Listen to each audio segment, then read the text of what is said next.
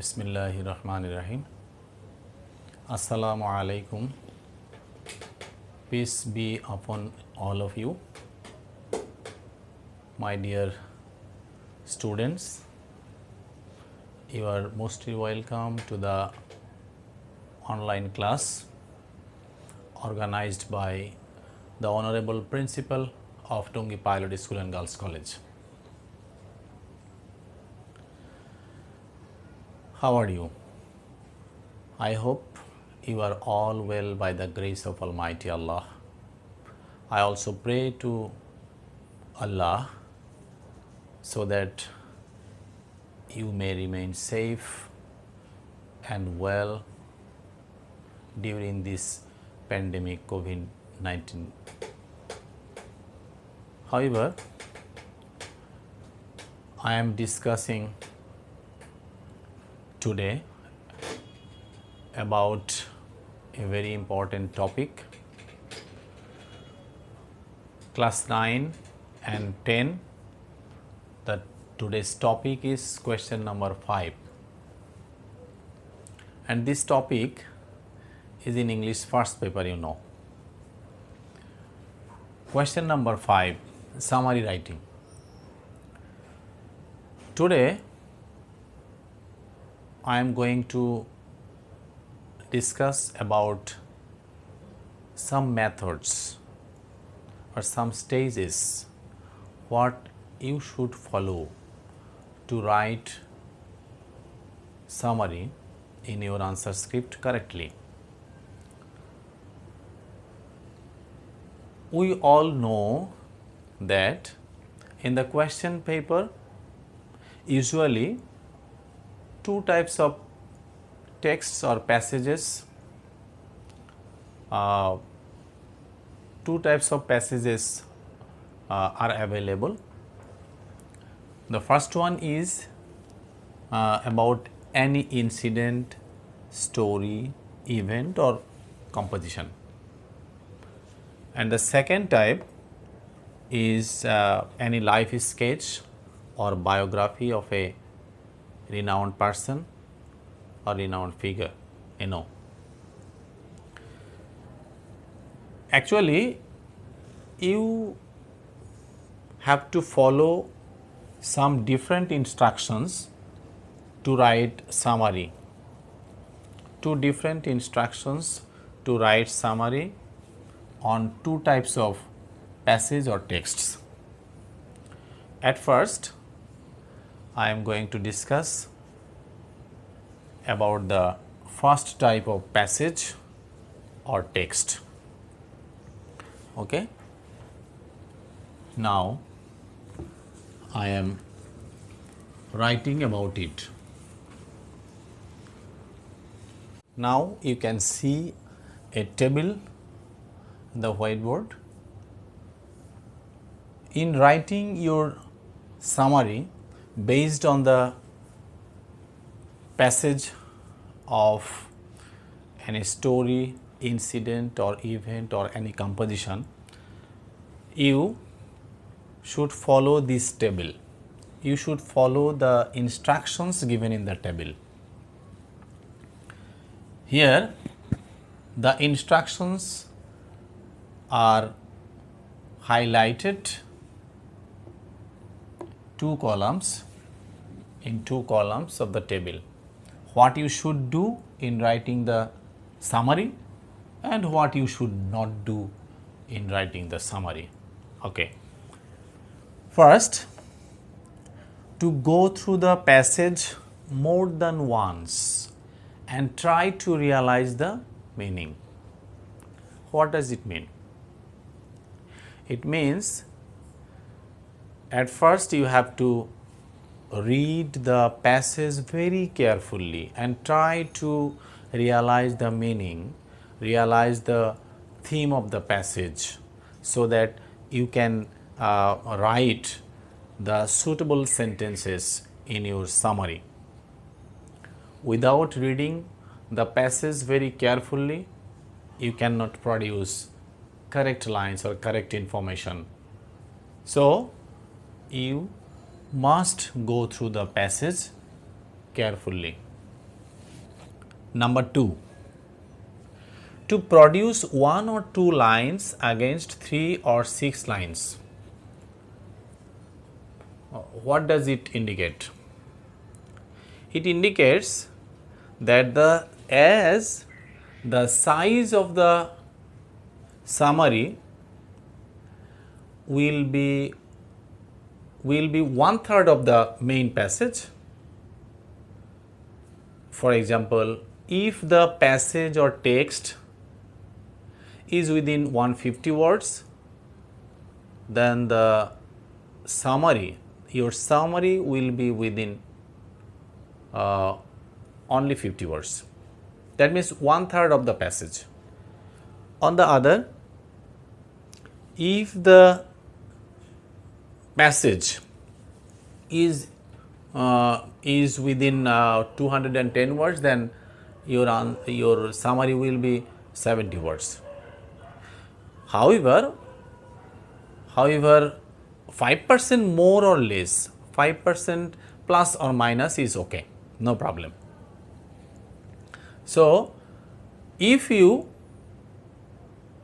read 3 lines and against those 3 lines you can produce one line, then the size of the summary will be okay, no problem. In this way, if you read 6 lines and again you can produce 2 lines against those 6 lines, then your answer is okay, or the size of your summary is okay. Okay, next, to use your own language. This is a very important, very important method, important stage or steps that you have to follow. That means most of the time we find that many students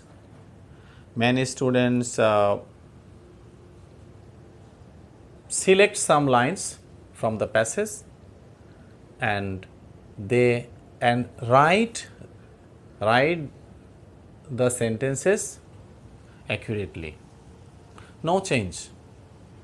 But you must not copy any lines. You must not copy any lines. You have to use your own language. Whatever you know, whatever you can, no problem. To be careful about the size of summary. I have already told it about it. The size will be 1/3. Okay. Next, what you should not do in writing summary. First, to select lines of the passage, copy and paste in answer. Most of the time or very often we find this type of answer, this type of summary. The students copy few lines, select few lines, copy and then paste in their answer script. Actually, this is not right, and you must not do this. To write any example or explanations from the text, that means you have to avoid this activity. You must not write any example, or you must not write any explanation from the passage. You have to avoid this. If you don't avoid these explanations or these examples, then you will not write good summary. Okay. Next, to repeat any information. That means you must not repeat any information. Many students write one information and then again to the last repeat that information. However, the language may be different, but information is same. So, you have to avoid repeating any information in your summary. Next, to count the lines only. That means you must avoid counting the lines only. Some students follow this. How many lines I write? 5 lines or 6 lines? Actually, one of my teachers advised me to write only 5 lines and not more than 5 lines.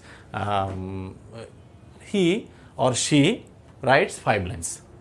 Actually, no, this instruction is not correct. 5 or 7 or 6 lines are okay, but not lines. You must not be careful about the lines. Rather, you must be careful about the word limitation, not lines, not sentences, word limitations. That means I have to be careful about that whether the size of my summary is 1/3 of the passage. That's enough. Okay. Next, I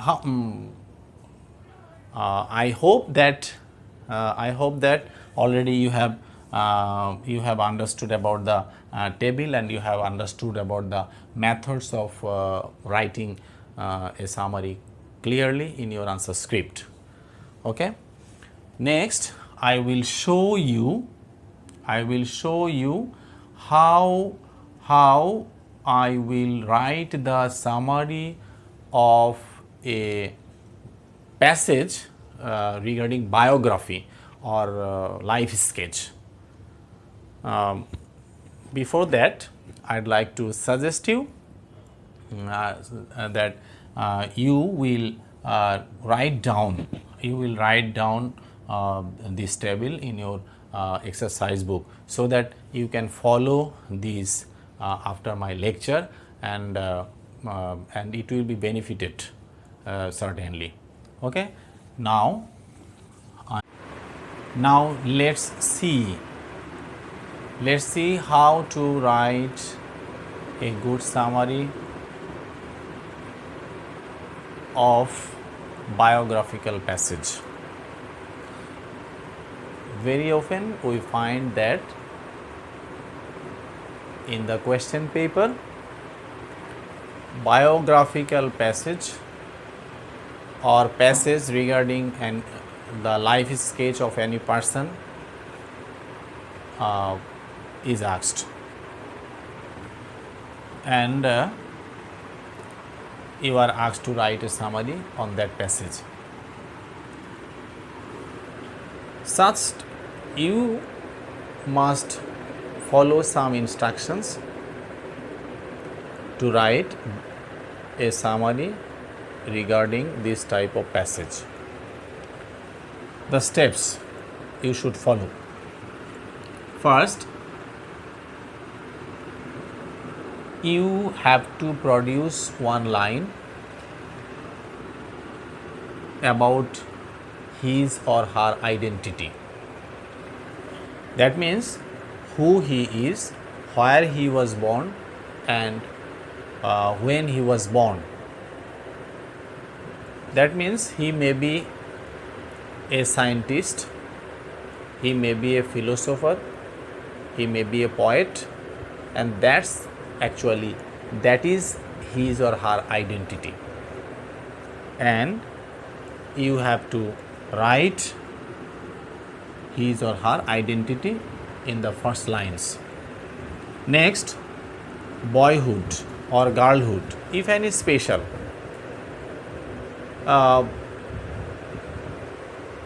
You may find any speciality regarding one's boyhood or girlhood.